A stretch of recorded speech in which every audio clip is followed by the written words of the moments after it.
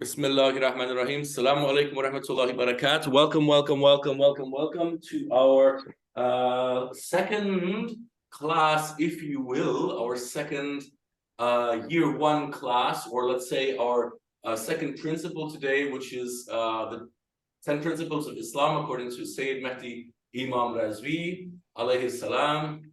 And well, we touched last time on the first principle, which was Islam is humanity or humanitarianism or humaneness, if you will. And that is really, I would say, at the forefront of all the principles. This is kind of the mother of all principles.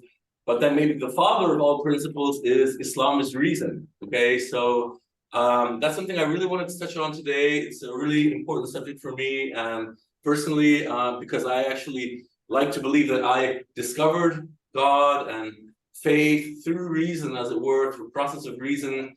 As we recently interviewed with our dear fellow brother Tehran, who's on the call with us now. Hi, Tehran, and also hi, Veli. Assalamu alaikum wa rahmatullahi wa barakatuh to both of you, and to anyone else watching the show. So Islam's reason is a super important principle, because anything that is not reasonable would not come from Allah subhanahu wa ta'ala. So God would do nothing which were unreasonable somehow, okay? He might do things which we might consider supra-reasonable. In other words, he might do things which are so amazingly rational that we cannot conceive their reason.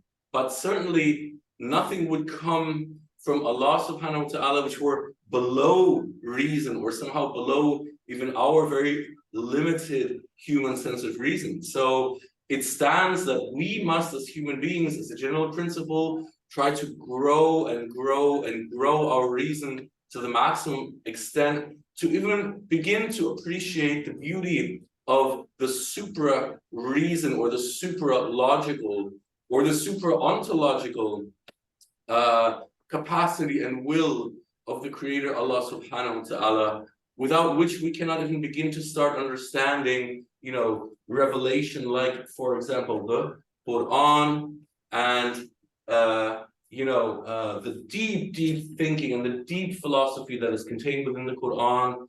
And so I'm really happy to have you today.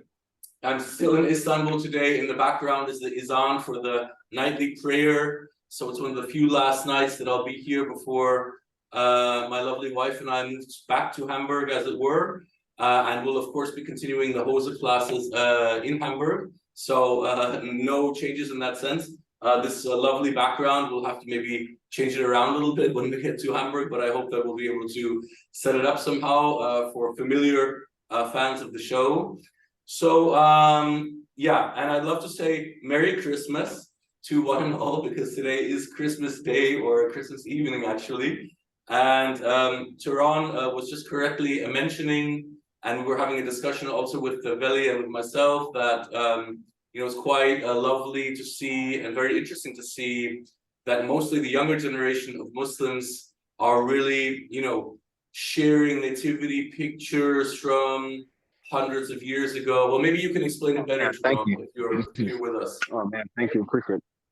Okay, we just got Tehran on some work right now, but yeah, but I'll be happy to explain it then. So yeah, so Tehran was going into the fact that we're seeing a lot of nativity pictures, drawn maybe 500 or 600 years ago by the Moguls, being posted, and quotations from the Quran about Hazrat Isa, Jesus Christ, alayhi salam, peace be upon him, about Hazrat Maryam, alayhi salam, the Virgin Mary, peace be upon her.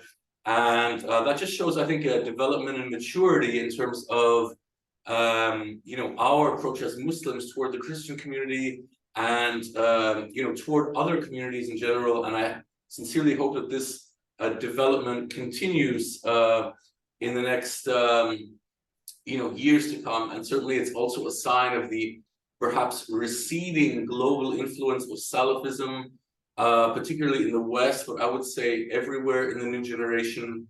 Salafism just doesn't seem to have that same attraction for the younger generation, who are used to using their intellect, asking a lot of questions openly, getting quick and accurate answers. And there's a very different way that the younger generation approaches philosophy and questions now, especially through the use of social media, than maybe a generation or two generations ago, and all of that serves to strengthen our relationships, hopefully, in the international, interreligious communities, and hopefully to weaken the influence of fundamentalist tendencies like Salafism. Inshallah, we'll see what happens.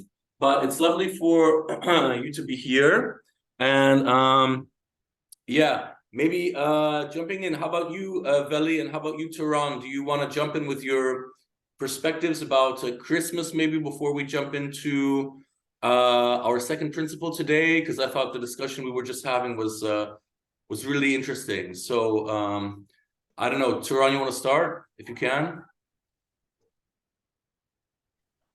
Sure, yeah. Just like you had already mentioned and we spoke about before you started this class, I've noticed a lot of nativity paintings that I did not know about before. I've always had, or I've been under the impression that Muslims have always been antagonistic towards Christmas because of what it represented.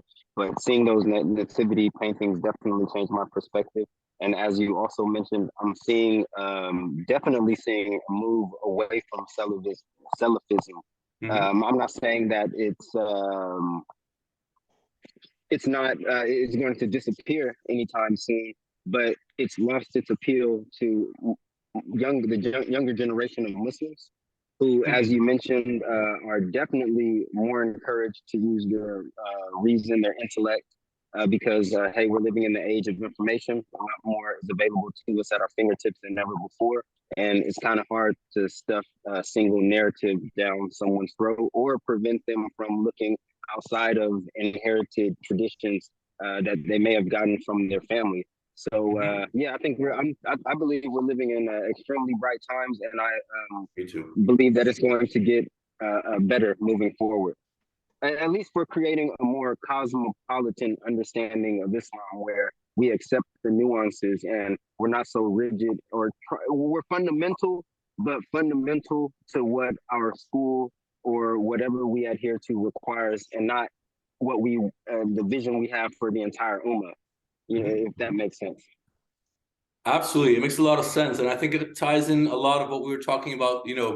The way that the young generations communicate nowadays with Instagram and TikTok, even, and Facebook for the older folks, but just this way of kind of interconnecting and interacting means we don't run to the mosque whenever we have a question, and we don't just go to the, let's say, the local mufti or the local, let's say, Hawza or something like that, but we're just able to ask into the ether and basically get a lot of different answers, and then we can take using our reason and our human experiences, we can take the answer that best fits for us. And I think that's a really interesting development, and I think that's going to break down a lot of this fundamentalist kind of way of looking at the world. And it's not only Salafism, it's also extreme Shiism on the other side of the line. Asherism, Asheris have their own elitist. In my opinion, Maliki Asheris tend to have their own like elitist mentality, where they feel their school being what they feel is originated from Medina, the companions or the people who were around the Prophet and seen his practices. I noticed with them, they have their own attitudes of superiority with how they approach the tradition and stuff like that. So yeah, it's not just Salafism. I think we use Salafism as a scapegoat or maybe a catch-all to represent a certain mentality, but it does deserve it though. It does deserve it though. Yeah, it does. But you know what? Just to go on one more point, I noticed this with your Imam, Seyyed Imam Razvi. Right. So he's excluded from this, but I believe that more of our religious leaders should have access or should engage with what younger Muslims are learning in order, or using to understand their deen. In order to kind of appeal to them and also broaden their own perspective. Because I feel like if certain attitudes were coming top down, maybe it might have more of an effect for us at the bottom. If we were seeing our religious class actually engaging in the way that we see some of the Muslim youth engaging with the religion. So that's just one thing I wanted to Yeah, man, I totally agree with that. I think that's a great way to look at it. And I think that's going to come more and more, like more and more, people are going to see all the different components of Islam as, different building blocks. And I think that, each individual believer will be able to put together their own building blocks to create the picture that most, resonates within them and most reflects the divine nature of the creator within them and without on the outside of them, of course. So I think that this is where, the whole development of the madahib is going. I think all of it's going to break up, in the long term. And I think that's a mostly good thing, maybe 80-20 a good thing, or maybe even 90-10 a good thing. And I'm also interested to hear Veli's opinion because I'm kind of hogging the microphone here as usual. So how about you, Veli? What's your picture on, the development of seeing Merry Christmas, maybe from Muslims on the internet, and how the youth are responding to Islamic philosophical questions these days? I think we should take it slowly. By take it slowly, I mean that, like first, because there is this mentality that okay, there is no celebration whatsoever. So I think we first must accept that okay, these people are celebrating something. We believe it or not believe it in this. So just be happy for them to celebrate. I think that's the first step. And when we go after that step, then it's like a lot of stuff. But I think we are on the first step now. So it's kind of, we have to be, compassionate with them. Like we have to feel for them. Like they have celebration. We don't have to like, oh, there is no celebration. Why are you celebrating and stuff like that? First, be understanding that they have celebration, and we have to be happy that they have something to celebrate. So not just no, there is, because yeah, that was the mentality when I was younger, So and yeah, it's when we have our Eid celebrations, so we have to be happy and be close with these people that are from other religions or atheists, or so to be some kind of connection between the people, some relations that have to develop in this direction. But yeah, I think the first step is kind of important, that okay, these people are celebrating just. Yeah, man, I totally agree. And that kind of ties in with the first principle of Islam, according to Imam Razvi, that we learned last month, which is Islam is humaneness. So, be humane to your neighbors. I mean, if they're Jewish and they're celebrating Hanukkah, just wish them happy Hanukkah. If they're, Buddhist and they're celebrating maybe the birthday of Buddha, just celebrate, just, wish them, a happy Purnama, right? A happy Guru Purnama or Buddha Purnima, and what's the problem? Yeah, exactly. And it's like, and it starts with the heart, right? It starts with just in the sense that, as you correctly mentioned, I mean, it starts with the compassion and with, like looking on the other side of the table, maybe, or looking across the plate, or, trying to see it with somebody else's pair of glasses, if you will, how do they see it? And wouldn't you want them to celebrate you for Eid if you have your Eid? Wouldn't you want them to celebrate, Eid al-Adha, Eid al-Fitr, Mawlud al-Muhammad sallallahu alaihi wasallam? Wouldn't we want that, from their side also, that they would feel compassion for us? So exactly. we should share that same compassion for them in a certain way. And we're going to look into that a lot. I mean, in the course of this year, because Imam Razvi, one of his, main kind of strong points, if you will, was this inter-religious and intercultural dialogue. In fact, he was named the director of inter-religious dialogue when he was working at the Blue Mosque in Hamburg for over 50 years and teaching there. And that'll be, a couple of the principles going forward will be, one of the principles will be about, interreligious dialogue, and another one will be about interculturalism. And I think, we'll be able to appreciate that going forward. So, yeah, I'm really happy to have this dialogue with all of you, and any Christians watching, definitely Merry Christmas. And for the rest of us, maybe it's a nice day to appreciate Hazrat Isa in the Qur'an, in the lovely Qur'an, and really try to learn what we can about Hazrat Isa. We can read the wonderful Surah Maryam alayhi salam, The 19th surah of the Quran, of course, deals a lot with the birth of Christ through the Virgin Mary, peace be upon her. And it's a wonderful, very mystical surah that goes through a lot of the different prophets also and their mystical connection with the Almighty, like Zakaria alayhi salam, how he has a child at a very old age, and God just says, basically kun fayakun, and this baby's coming, and it turns out to be Yahya alayhi salam, a great prophet, John, a great prophet of Islam, peace be upon him, and all of these things. So a lot of mystical content in the Surah Maryam or Virgin Mary, and it's a great night to maybe have a look at that one and just appreciate the life of Jesus Christ, peace be upon him, and perhaps his second coming, as maybe many of the Muslims believe that Christ will return a second time, and maybe study also the so-called eschatology of Islam, or the philosophy of the end times of Islam in different schools. Definitely Hazrat Isa, Jesus Christ, coming back before the end of times is a really important aspect of the Islamic eschatology. So I recommend, if you have some free time this evening, to just have a look at Surah Maryam, inshallah.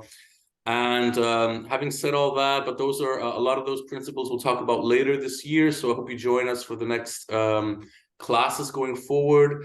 And definitely, welcome to the Unity Hawza. Second principle, Islam is reason. And well, what do we mean when we say reason? As usual, I did a one-page summary here, and we'll go into that in a minute. But what I want to, really point out is that if you look up different terms like hikmat, or like aql, or like ilm, which mean respectively wisdom, reason, and intellect or knowledge, you'll find several hundred times the usage of these lovely terms in the Quran, right? And I was debating with a very unfortunate soul on the internet yesterday, who was really upset with me that I was using reason to examine certain issues of hadith in actually the interview we did with Tehran recently, which is on Facebook now and on YouTube, and you can check it out if you're interested. Called Grappling with Hadith. Great interview, Tehran, by the way. And and he was really upset that we were using reason. But I mean, if reason, wisdom, and intellect are things to be praised in the Quran, literally hundreds of times, how could any Islamic school reach such a far deviation in their way of thinking and approaching Islam that they would think that using reason or applying reason to theology would be incorrect, or somehow be an adulteration of the Quran and of theology? Okay, so that's how far we've deviated from the message of the Prophet Muhammad sallallahu alaihi wasallam, from the Quran.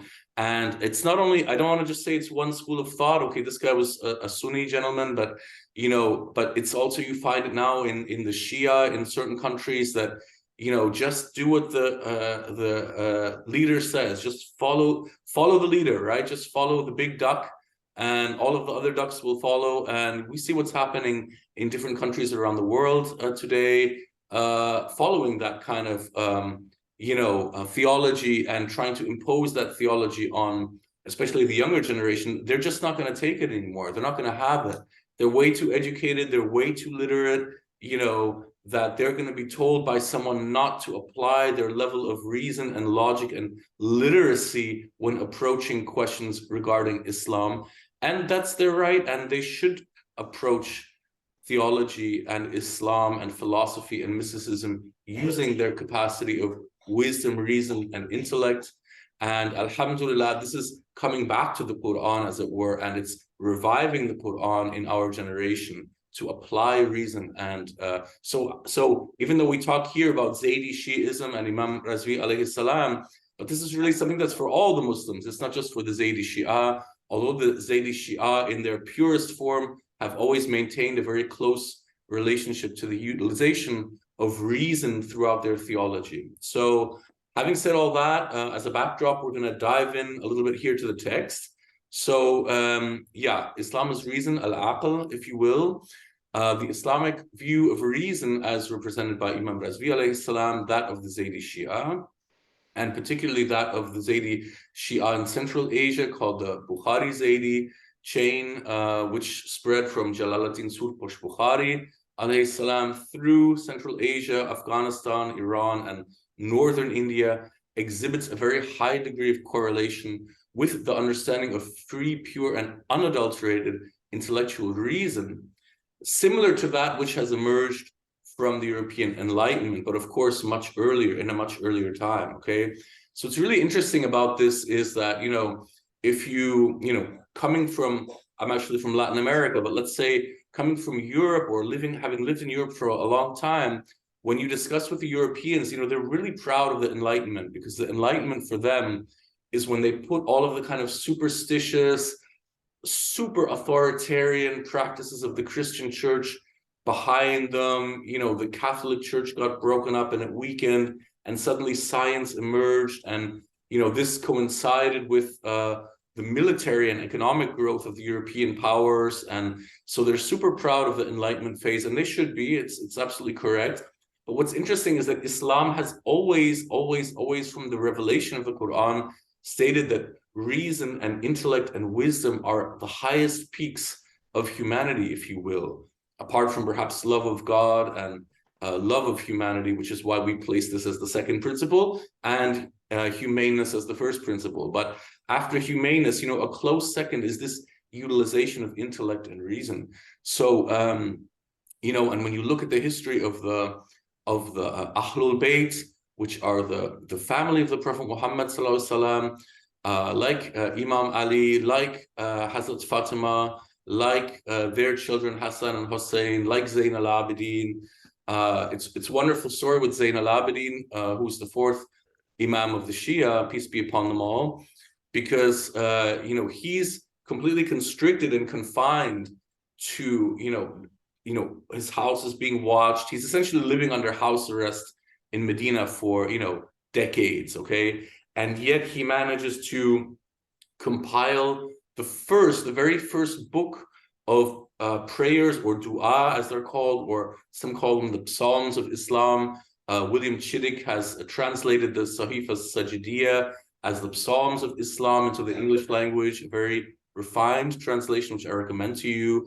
And, he was able to, in this way, spread Islam purely through education and purely through intellect and reason, by compiling his book of dua, and through his actions in charity and helping the poor and the orphans and the destitute in Medina, despite, being watched heavily by the Bani Umayyah, or by the Umayyad caliphate of the time, because they were so afraid that he might, basically grasp the sword and topple them all from power out of revenge. Okay, so so under these very strict conditions, he was nonetheless able to apply reason, and through reason bring Islam into the next generation. So it's really interesting development, that happened so early in Islam, perhaps almost 1,000 years before the European Enlightenment. So so that's just in terms of timeline.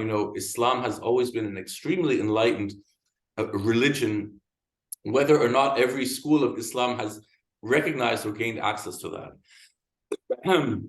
So are there any questions or comments from your side in terms of the relationship between the historical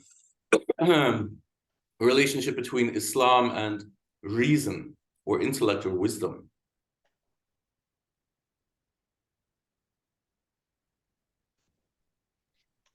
I don't have any questions. I've always felt like Islam appealed to reason, even when I was in my unbelief days. Even though they are very anti philosophy, I was then too. But I still, even then, felt that the interpretation via the humbly interpretation, and I've broadened my perspective a lot since then. With that narrow-mindedness, I still found it to be, with how I understood its theology and what it called to invite people to use their brain, and to really think about what you're reading and engage with the text via your reason, and not only look at the text but look out into the world in order to substantiate the claims made by the Quran. Because if the Quran is saying anything illogical, then it shouldn't be. I'm not going to ramble on, but basically, I've always felt like it was reasonable, invited towards reason.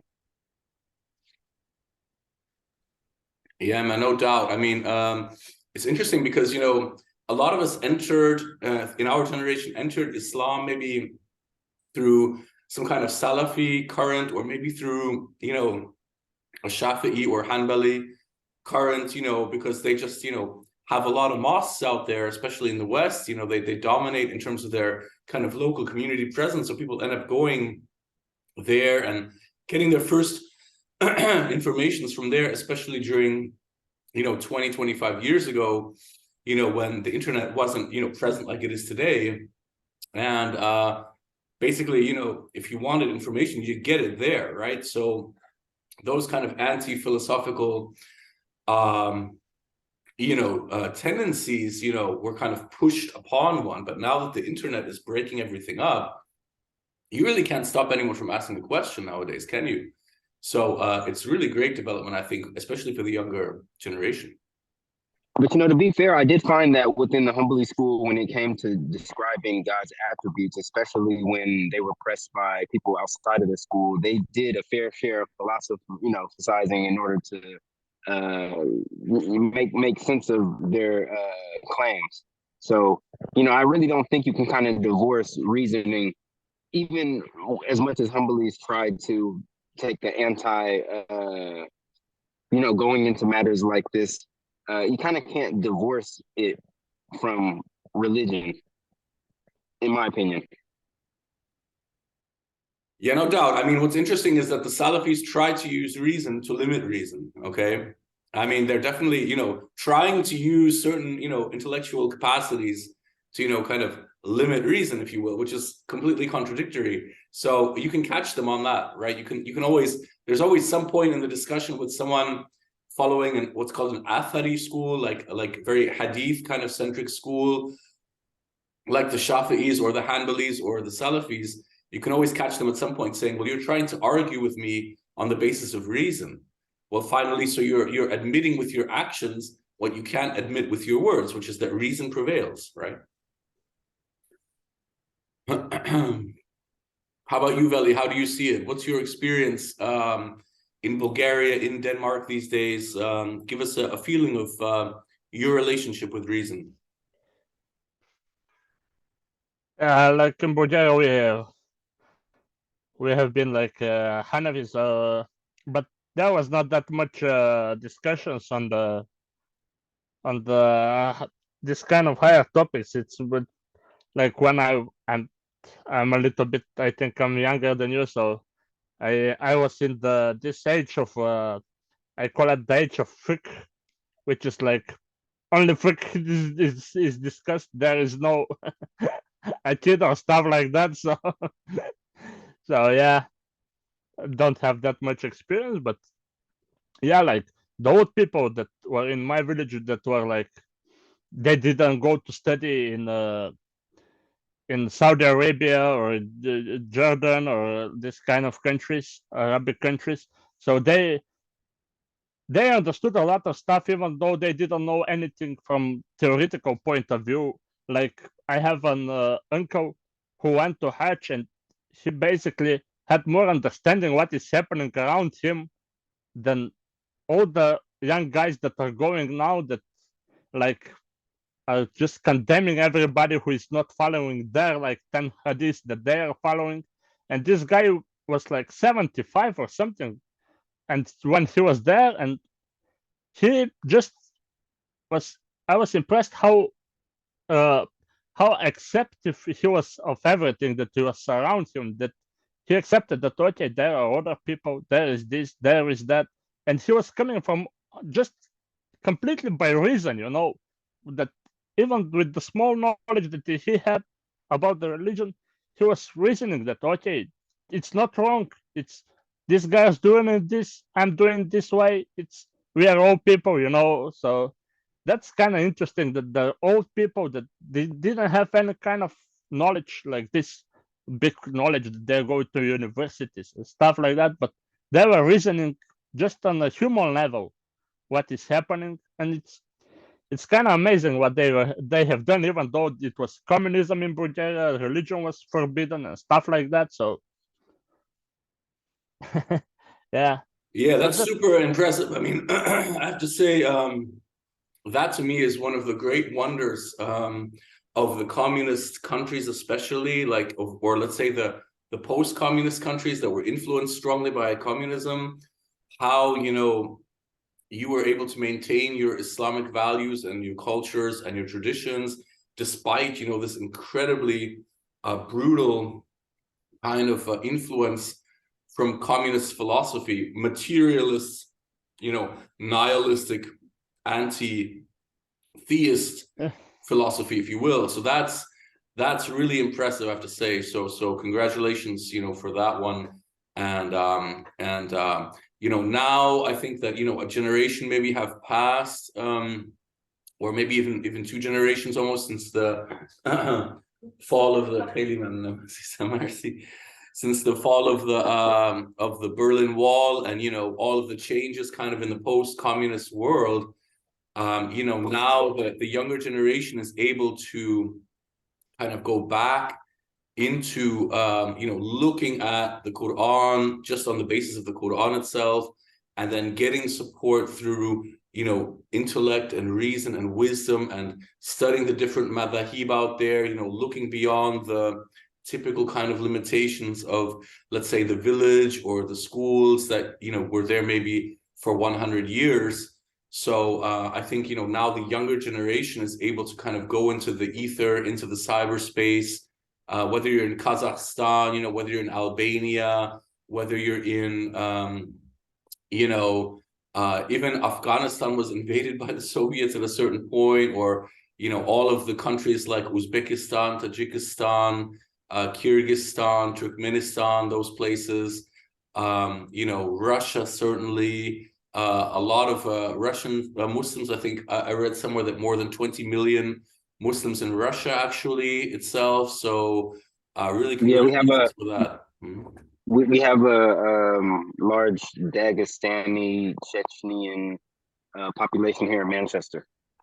Oh, in fact, I think the best MMA fighter in or at least has the best record in the UK is Dagestani. Yeah, but I think the best MMA fighters everywhere are Dagestanis, right? Like somehow you have Khabib, I wonder if that's all they do. have the other guys, they're all like tigers, man. Those guys are tigers. No, man, it must be something in the water or something. I don't know. Well, those guys, you know, they have a tough relationship with they had, you know, they toughed it out for many hundreds of years out there in Chechnya, Dagestan, and those places, against Imperial Russia. So of course, Russia before the Soviets, right?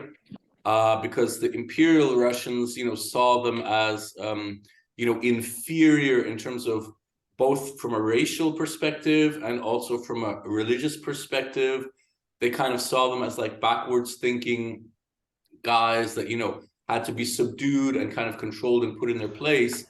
And so they were, you know, they were pushed a lot, you know, into the jungle and into the mountains.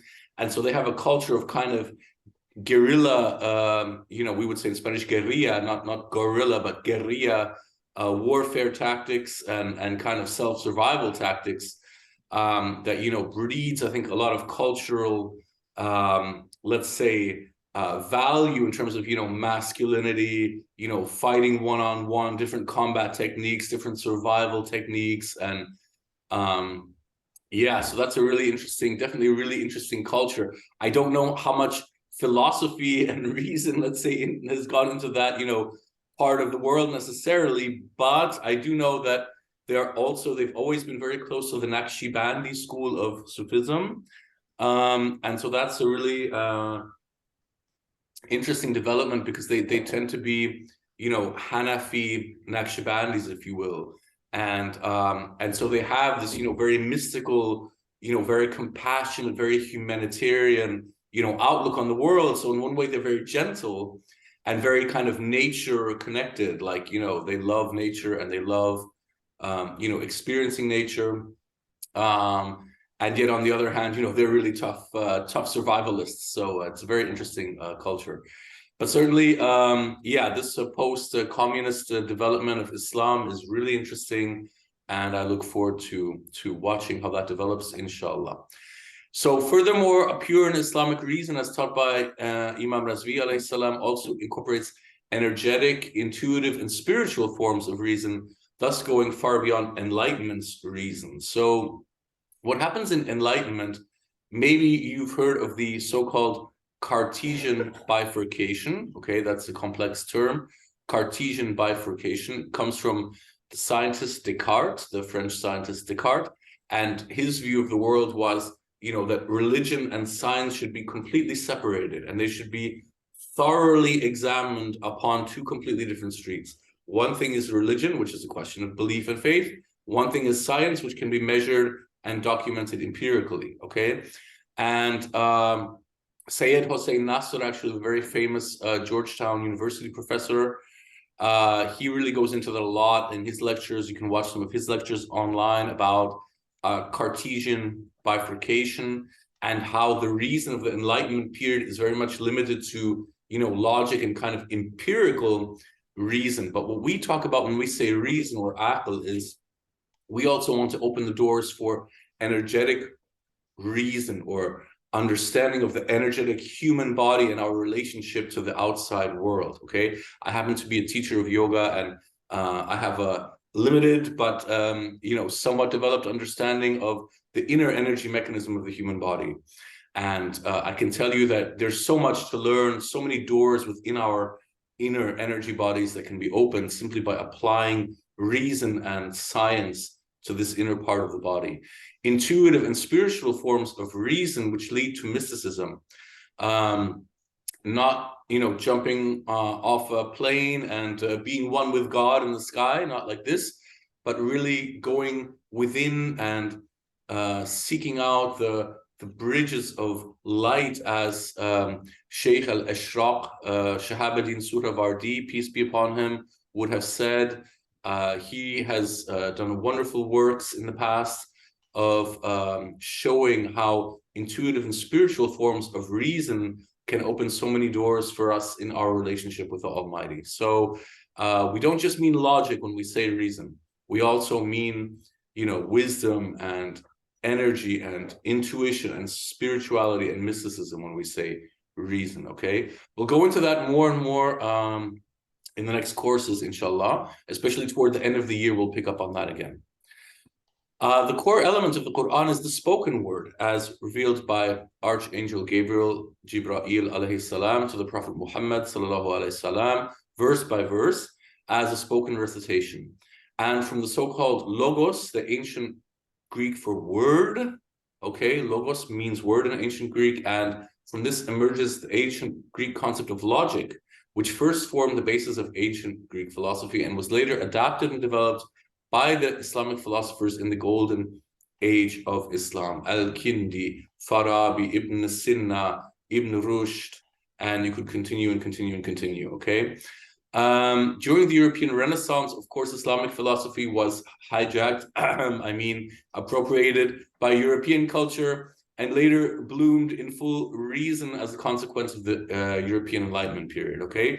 So there would never have been a European Enlightenment without the transfer of knowledge from Islam to Europe during the Islamic Golden Age, okay? Particularly through Spain, through the Spanish Al-Andalus period, which was a wonderful flowering period of Islam in the so-called Middle Ages, in the European Middle Ages, okay? So again, the whole concept of logic actually doesn't come from, mathematics or some kind of IQ test or something like that. It actually comes from language, okay? It comes from the word, the spoken word. And the Quran, as we know, is based on the spoken word, okay? And that leads to, and I'll mention that again later, a so-called hermeneutic philosophy, which means a philosophy of interpretation of language, okay? Which is very, very fundamental when we look at the Quran, to look at it from the point of view of language. And we'll definitely be getting into that later on in different sections of the course, okay?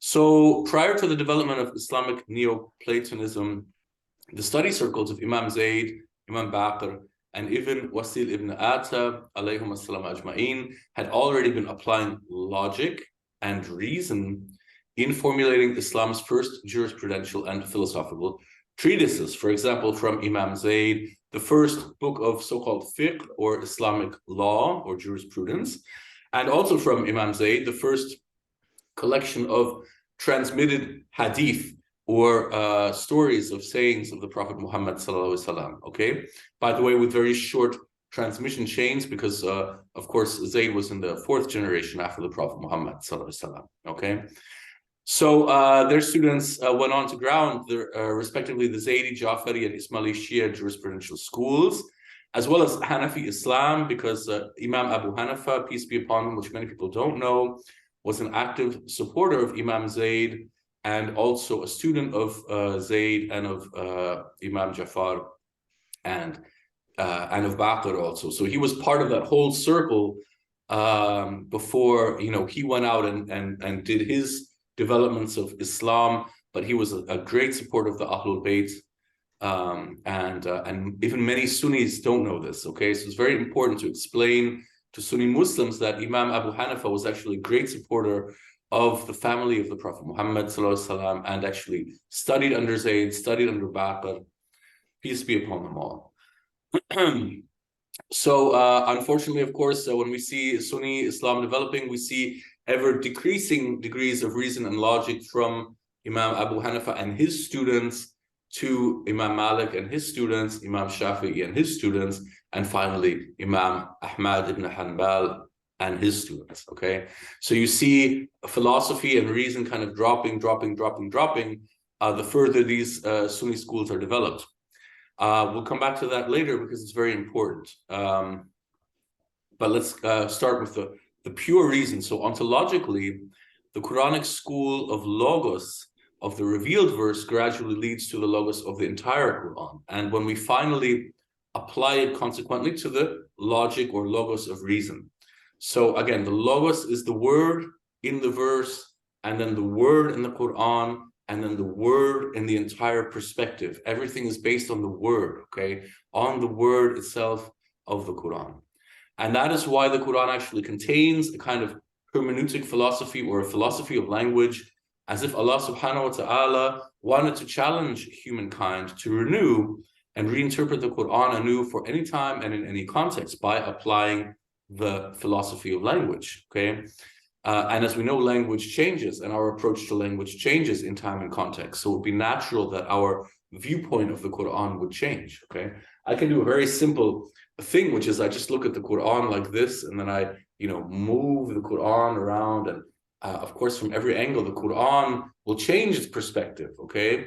And we'll go all the way back to here, which is where it was originally, okay? 360 degrees, if you will. But the Quran itself has not changed. But my perspective to the Quran has changed now in one cycle, 360 degrees, okay?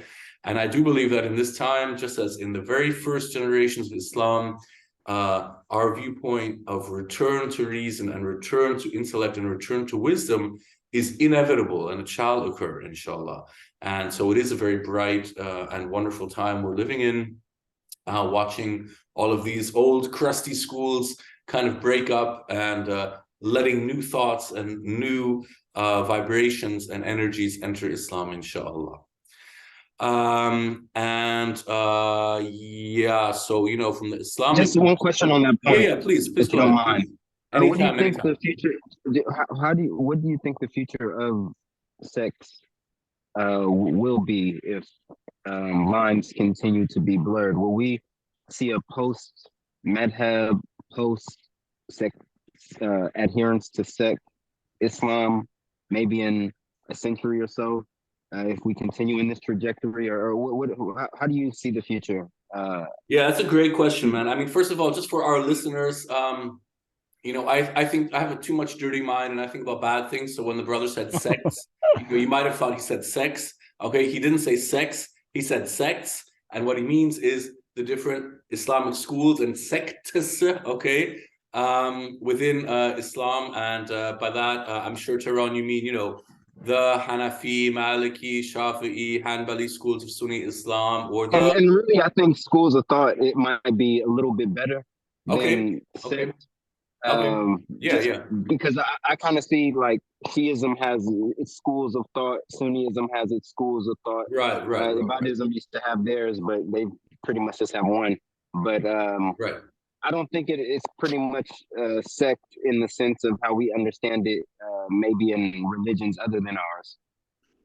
So do you mean more like the aqaid, I guess, like more like, how can I say, Ahl Sunnah or Ahl Shia, or do you mean more like maybe Athari versus Maturidi versus Ashari, or how do you mean it exactly? How would you label it in Islamic terms? I guess jurisprudential sects and or schools of thought, not necessarily theological, because I think there's a lot more overlap in that.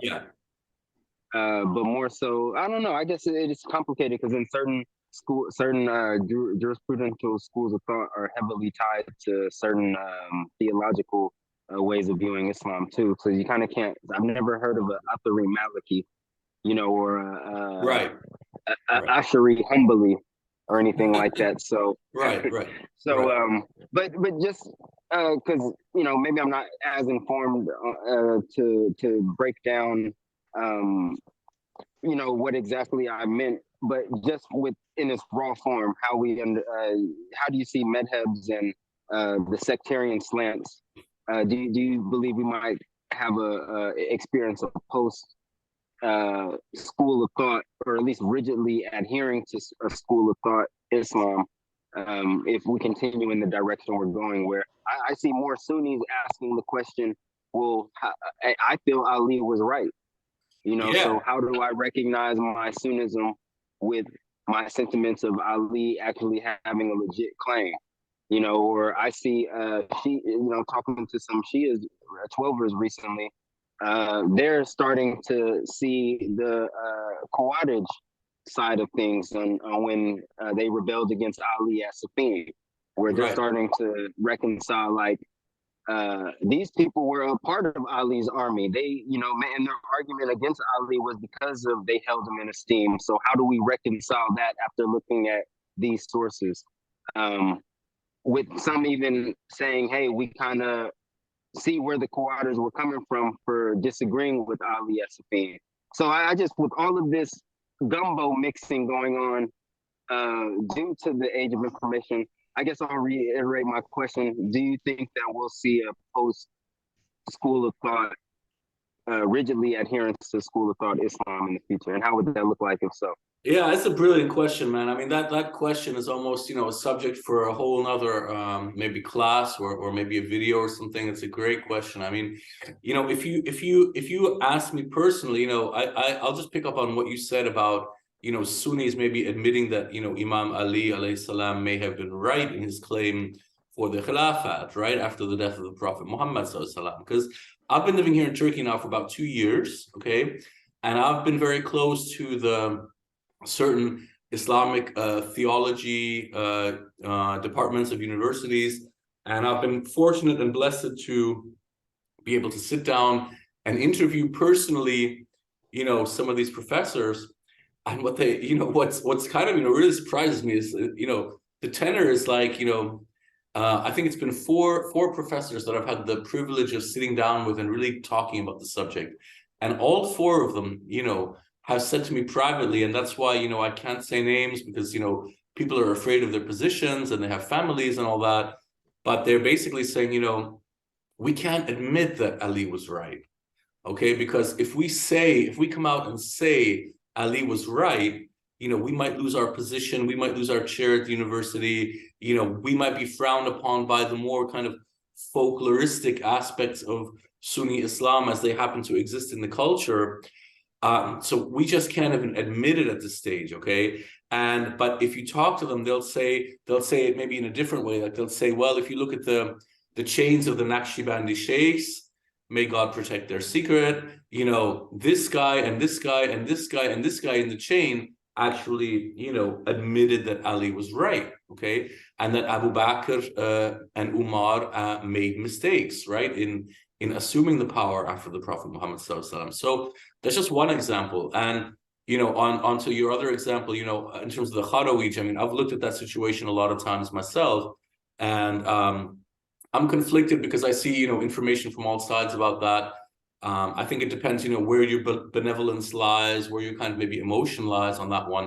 But I think on a higher level, or a more kind of metaphysical level, the fact that we're asking these questions, or we're having these discussions, already demonstrates that a lot of this breaking up of the old kind of crusty structures of the madahib, which were very culture, you know, dominated, and very kind of time context and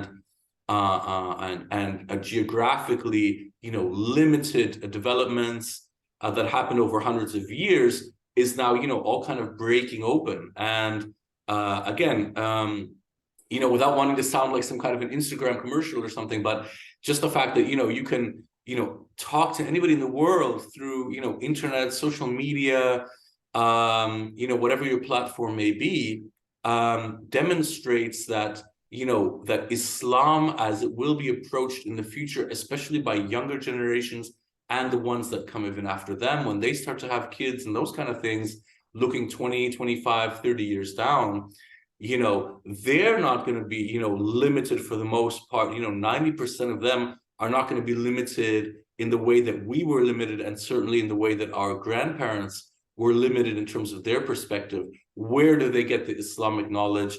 You know, I have to run to the mufti in the mosque, and I have to, you know, almost treat him so super respectfully just to answer a simple question.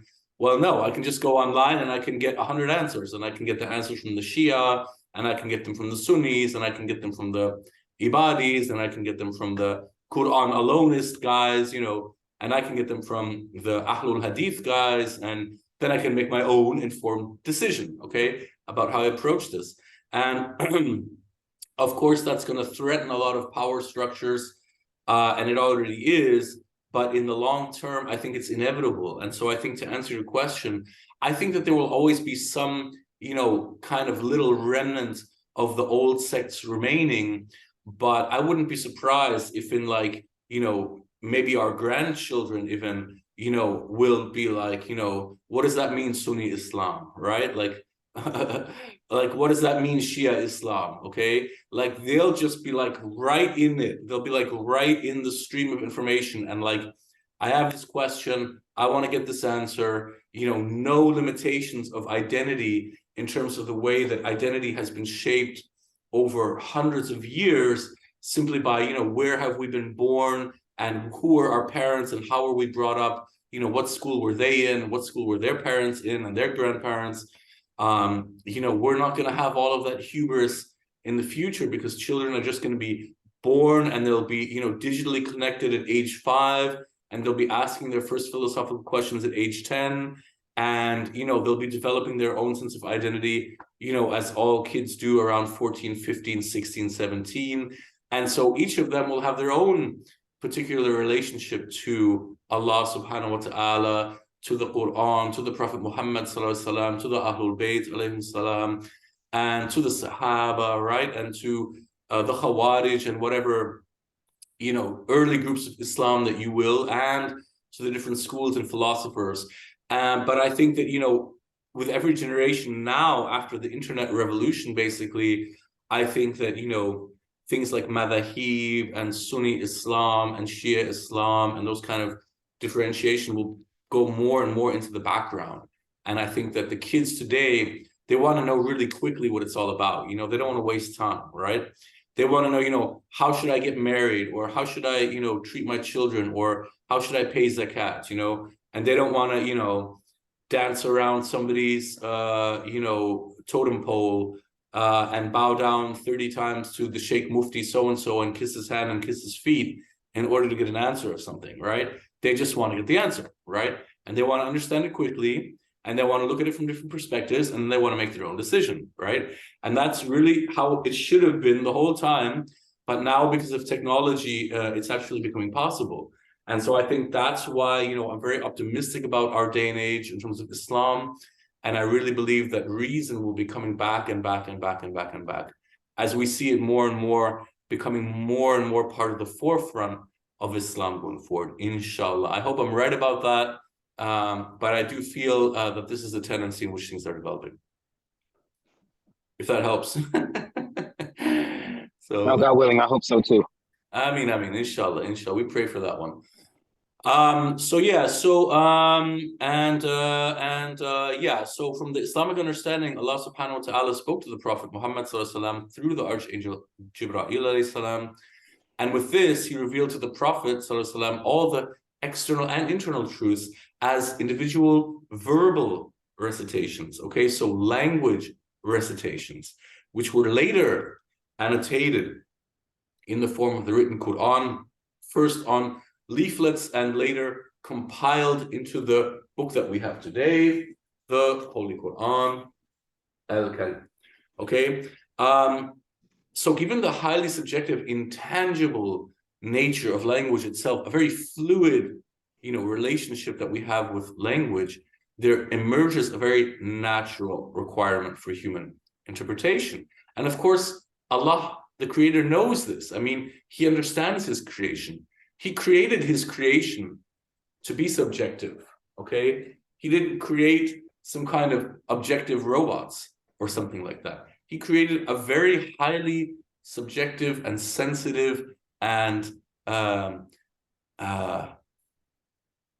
flexible and fluid creation known as the human mind, okay, and the human civilization, okay, and He's leading this development. We should never feel like we're not being led by Allah subhanahu wa ta'ala. We are being led, okay, so we should trust in these developments and have faith in these developments that they're good for Islam, and because of this of this intention, if we can see the intention of the Almighty subhanahu wa ta'ala in providing these forms of communication, of social media, of internet, for research and for scholarship and for intercommunication and reconstructivist recreation of past historical events, then we can see the brilliance in this and the light in this. Humanity may not have been ready for this 1,000 years ago, but they're certainly ready for it now. And now is the moment this is all happening. And I think it's a brilliant blessing to be here today. And so I highly encourage you and anyone who's listening to, study Ta'lim, study Tafsir, and study Ta'wil, study Kalam, study Falsafiyya, and study, Irfaniyat, Tasawwuf, and use reason whenever you read the Qur'an. Try to read the different layers of meaning into each verse. It's been said that every verse in the Qur'an has at least 7 different meanings. Whether every verse has exactly 7 or maybe some have more or less, everyone should find for themselves. But we're being invited by Allah subhanahu wa ta'ala to interact in a very different way today with the Qur'an and with Islam than ever before. And I do hope, inshallah, it's my great wish and my blessing for all of you that you would take advantage of this moment and appreciate reason and its place within Islam for what it is at the very top, inshallah. And Allah is wisest. So Imam Razvi alayhi salam used to say, reason leads to humanism or humanitarianism. And whatever is inhumane can never be considered reasonable, okay? So basically, if you're acting like a jerk, don't say, well, it's in the Quran, okay? It doesn't work like that. So too many times we have, had this in the historical past that, leaders and corrupt scholars and so many terrible things have happened in the name of religion. And the justification was always, it says it in the Quran, or it says it in the Hadith, or my sheikh told me to do this, or my mufti told me to do this. Well, that's all over, okay? So we don't accept those kind of excuses anymore. If it's inhumane, it cannot be reasonable. If it's not reasonable, it does not come from Allah the Almighty. It is not His command, subhanahu wa ta'ala. So we should always judge what we read and judge our actions on the level of reason in order to maintain purity in our thoughts, in our speech, and in our actions, inshallah. Wallahu a'lam. And so in the Quran it says beautifully, Bismillahir Rahmanir Rahim, كذلك يبين الله لكم آياته لعلكم تعقلون Okay, Sadaqallahu al-Azim. And thus does Allah Ta'ala reveal His signs to you, or the verses in the Quran, ayatihi, so that you may apply reason. And you can find this ayat in Baqarah, in the second surah of the Quran. It's verse number 242, according to most counting systems. So I highly encourage you to read into this ayat and study this ayat, and you'll find many similar ayats like this in the Quran. And with that, I'll close my part of the discussion. And I'd like to ask both of you if you have any more questions or comments. Veli, if you have any questions or comments. Tehran, if you have any questions or comments, go ahead. No, I don't have any questions. Do you completely disagree, or do you agree, or what's your point of view? What's your relationship with reason? Yeah, like I said in the beginning, when I was growing up, there were all these people that were just coming back. That was like just a couple years before the 2000s. So these were all these people who were the first ones to go to Saudi Arabia, were coming back. So there was not that much reasoning right there. But we had the old people, like I said, so, and they had like this humane understanding about stuff, how it should be done, like in the humane way. So they were reasoning with a lot of the questions that were coming about the religion. So at that time, I didn't see it. I am, if I have to be honest. So I was like, oh no, listen to this guy. He's coming back from this high university. But now, like in the last, let's say 3-4 years, like there was this old person that was our imam for that period. Like when these guys came back, we changed the imam. So, but he was like the old imam, and right now I see that he was doing stuff just reasoning with what knowledge he had about the religion, about how humanly the thing should be done and stuff like that. So now I'm like, okay, this guy had his own reason, and maybe his own reason was a little bit better than what we were doing at that time. So yeah.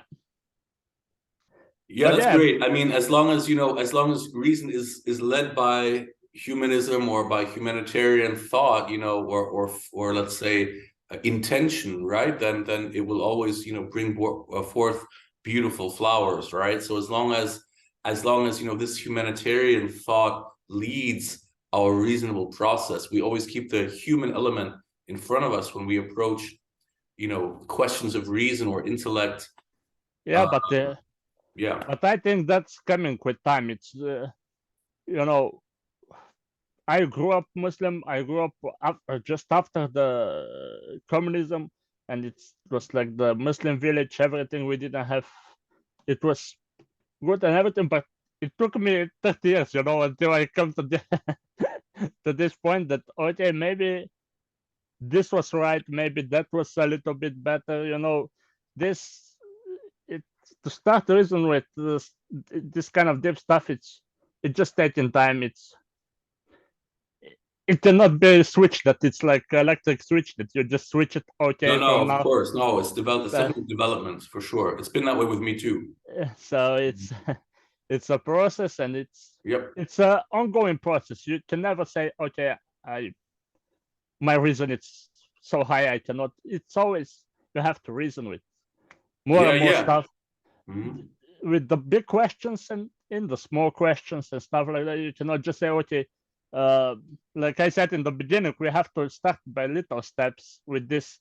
Just first saying not Merry Christmas and stuff like that. Just first accepting first that there is to ourselves that there is a holiday. These people then maybe say happy holidays. Maybe this afterwards. Mhm. This kind of stuff. So, but yeah, that's my experience, and yeah, we should always reason with the verses in the Quran and the hadith that we know, but it's difficult. That's my point. It is. It's definitely different. It's definitely, I like what you said. It's a process. So, reason itself is always developing. So you cannot, reach a level of reason and say, well, I've reached this level of reason. No, it's going to develop. It's going to change you, and you yourself are getting older, right? So we're getting older, we're becoming more mature. Yeah. Our bodies are changing, our body changing, our careers are developing a certain way. We're developing families, having children, grandchildren, and all of these experiences are having an outlook on how we apply reason, also theologically, so definitely a 20-year-old, hot little youngster, is going to have a very different approach to certain verses in the Quran than somebody maybe who's 60 or 65 or 70 years old, right? So that can be, let's say, understood that way. So just even in the biological change of the human body, there can be, not necessarily have to be, but there can be, things that change in terms of our approach to the Quran. So even just the biological development of the human being, and then we're living in times that are changing a lot in the background and in the foreground, in fact, and so that, definitely going to lead to a lot of change. So it is a process. I completely agree with that. And it's going to continue to develop for us, just as it has in post-communist Bulgaria, also as it has in the West, and even we see Saudi Arabia now changing a lot, or somehow the who is it, MBS out there, he's trying to, inject a different energy into that culture, maybe forcefully. Let's see how long that works out down there in very conservative Salafi Saudi Arabia. But certainly those developments will also, show the way for the future. In Iran, we see what's happening on the streets today. So we'll see, how all that changes with the new generation coming. So it's going to be exciting. It's going to be fun. I can tell you that. I can tell you that our journey is not finished yet. And the next generation is going to take a big step, hopefully. So, no, but because like it's kind of important that we read, like, let's say one verse like this one, that it's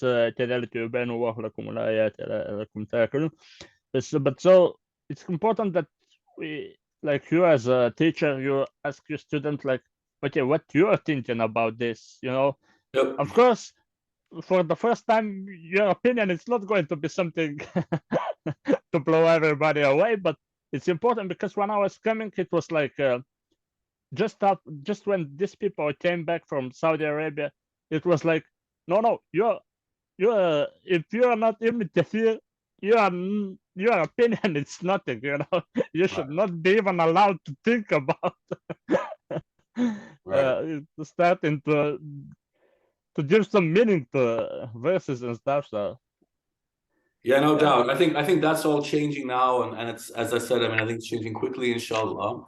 And let's hope for the best. Let's hope that it leads to a new development of Islam and the relationship that we have as human beings toward Islam, inshallah, toward the Prophet Muhammad sallallahu alaihi wasallam, toward the Ahl al Bayt alayhim assalam ajma'in, and toward the Qur'an. I don't know if Tehran is still with us now, or if he's Yeah, I'm still with you guys. I just had to kind of take get some stuff in the back. But you said some things that I really found thought-provoking. One of those things you said during our interview, and it kind of stuck with me ever since, and that's reviving the Quran in every generation, which I feel like is something, at least on part of Muslims, we're not doing. I'm not saying that we're not engaging with the Quran, but I feel like we're still kind of just following along with what has been laid out for us by previous generations already. Whereas it seems like up until the modern period, how the Quran was understood was continuously being looked at. If you look at Quran commentaries up until the modern times, this seems like there was always trying to come with some type of fresh look, but it seems like that's kind of ceased in our modern times. So I would like to hear more about that moving in the future. I did say some things already about reason. Like when I've always felt like reason has been a very focal point of being a Muslim and engaging with our Islamic text of the Quran. And there was one other thing that you touched on that I would like. Oh, the objectivity and subjectivity. I think I really would like to hear your thoughts on yeah, what do you think? Okay, I do feel like we're living in a heavily empirical, or you have to be where objectivity is king, where and subjectivity is seen in such a negative light. But I feel like there's very many aspects of my faith that are subjective, and I have no problem with that. Uh, and but it seems like for now, with concerning faith, you have to be objective. It has to be something that everybody can understand across the board. But I just don't. So those are two things I would really like to hear more about in the future, because I feel like those are two things that are very relevant to today. Reviving Quran in every generation, and objectivity and subjectivity, and the role they have in faith. No doubt, man. I mean, I would just put it this way, and I think it's a great way to close our Hawza for today, maybe on this note, and just say, like, in terms of subjectivity versus objectivity, I think that, especially the younger generation is more and more comfortable with subjectivity than perhaps previous generations, okay? So previous generations might feel like, they're on the truth and only their truth, and absolutely their truth, and anyone who stands in their way, has to be blown to pieces.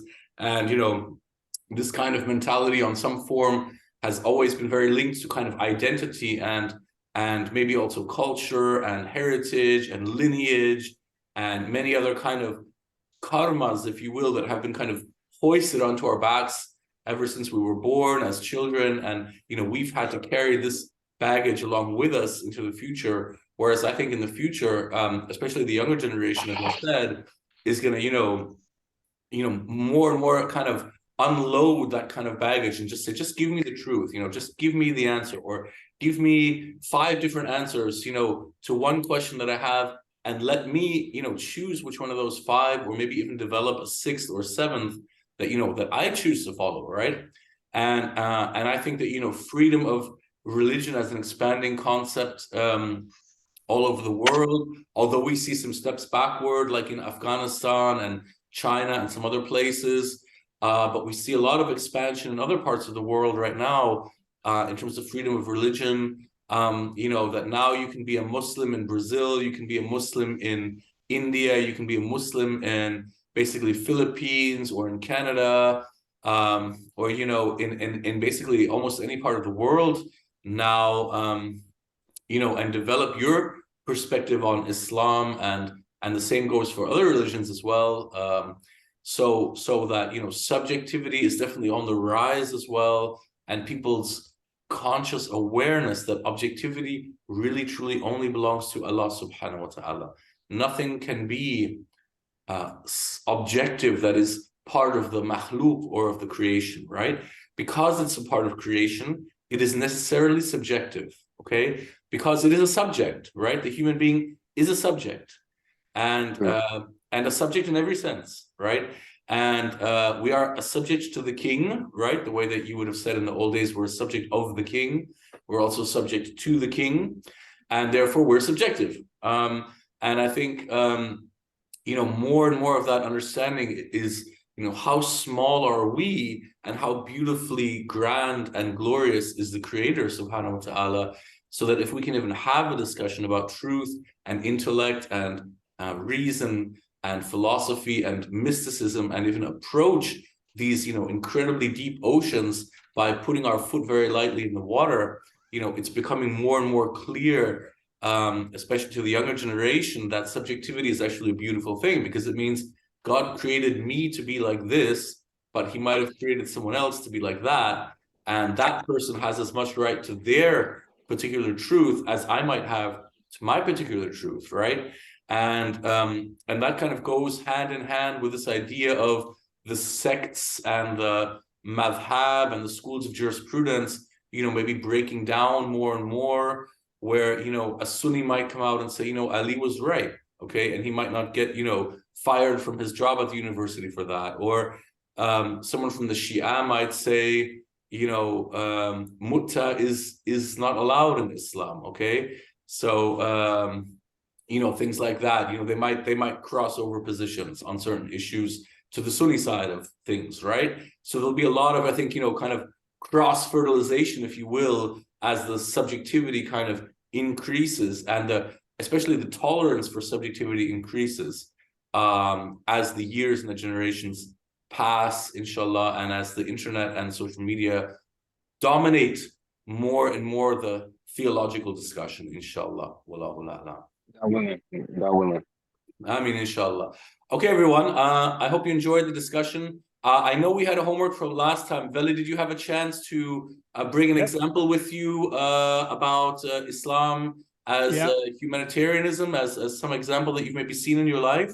Yeah, I recently, it was like a couple months ago, I saw this video about how it was really a great humanitarian deed that Omar ibn Khattab did when they conquered Jerusalem, and they speak with who was the guy in charge. I don't remember if it's like from the religious point of view or like the king or something, but they were talking. Probably some kind of Roman emperor, I guess, right? Some kind of, not emperor, but some kind of Roman viceroy who was in charge of the area, I guess. Yeah, just the guy in charge. I don't sure. remember who. Sure. Omar asked him, where are the Jews in all this? Because there are a lot of Jews, Jewish, the temples and stuff. Right. So they said, no, we run them out of the city. There are no Jews here. We're just Christians and stuff. So he immediately ordered. I don't remember if there were like 80 or 40 families, Jewish families, to be brought back.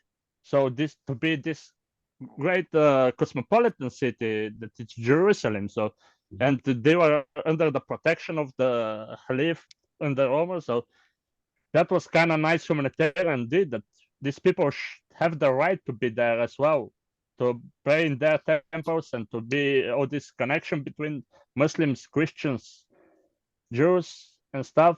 That's I see it as a great humanitarian, even if person agree that he's about his Khalifa, that he's, but that was incredible that I saw about him. And then another thing that I would like, because we have to, as a Muslims, I think that we are not very good at seeing what good non-Muslims are doing. Oh yeah, I agree with that.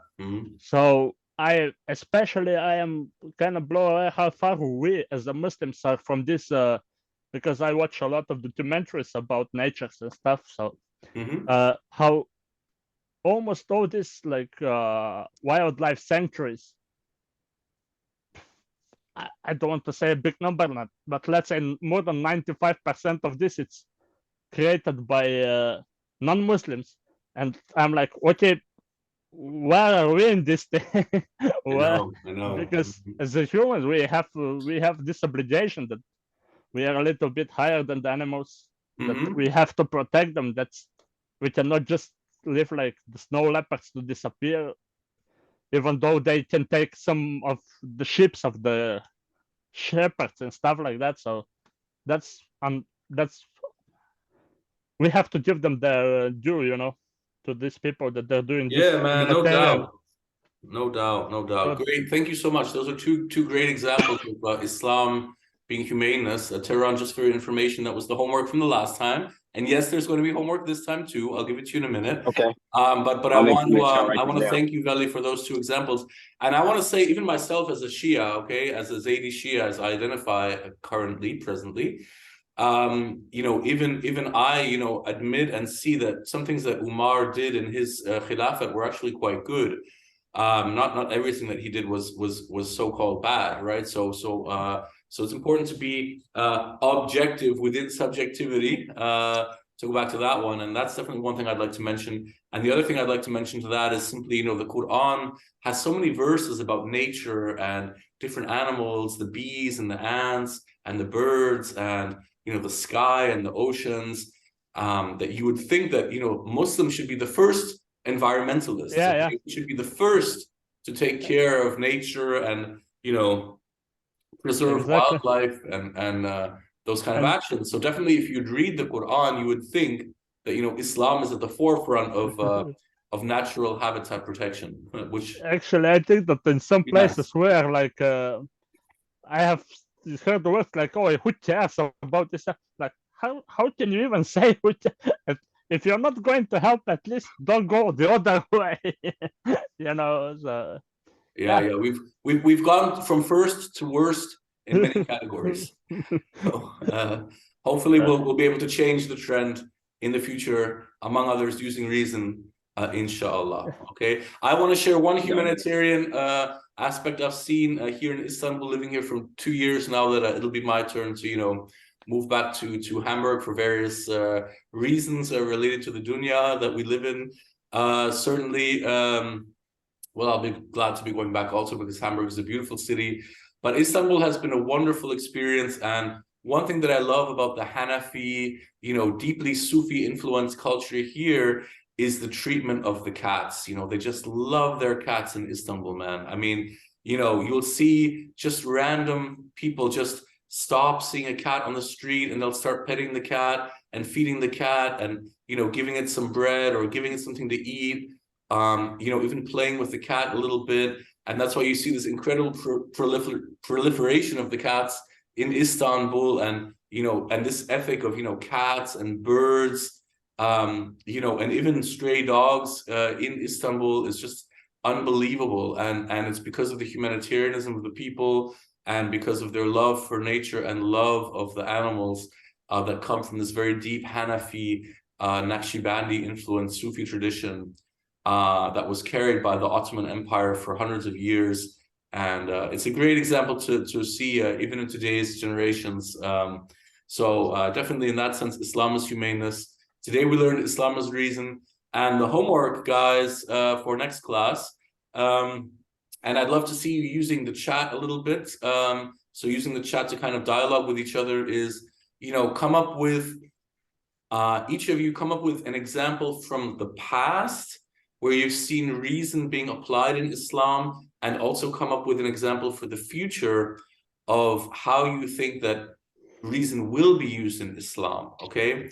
And for that, please, I'd love you to dialogue as a team, so that, I don't have to have one answer for each of you, like, we kind of did today, but you guys just come out and give me one group answer, right? So maybe Veli, you give me the answer about the past, and maybe Tehran, you give me the one about the future, or vice versa. But you guys really dialogue and discuss it as a team, and maybe we'll get some other, year one students. I've actually started a year one class in Spanish, and that's gone quite well. So we've had our first classes in parallel, and let's see if we can invite maybe one of those guys to this class as well to do the homework, so that we can really get a team dynamic going in the future. But feel free to communicate with each other using the Teams chat, and I look forward to your responses in the next class, inshallah, next month.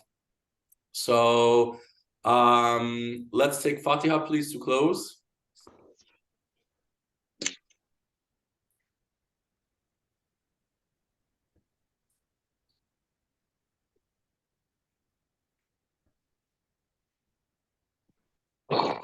Okay.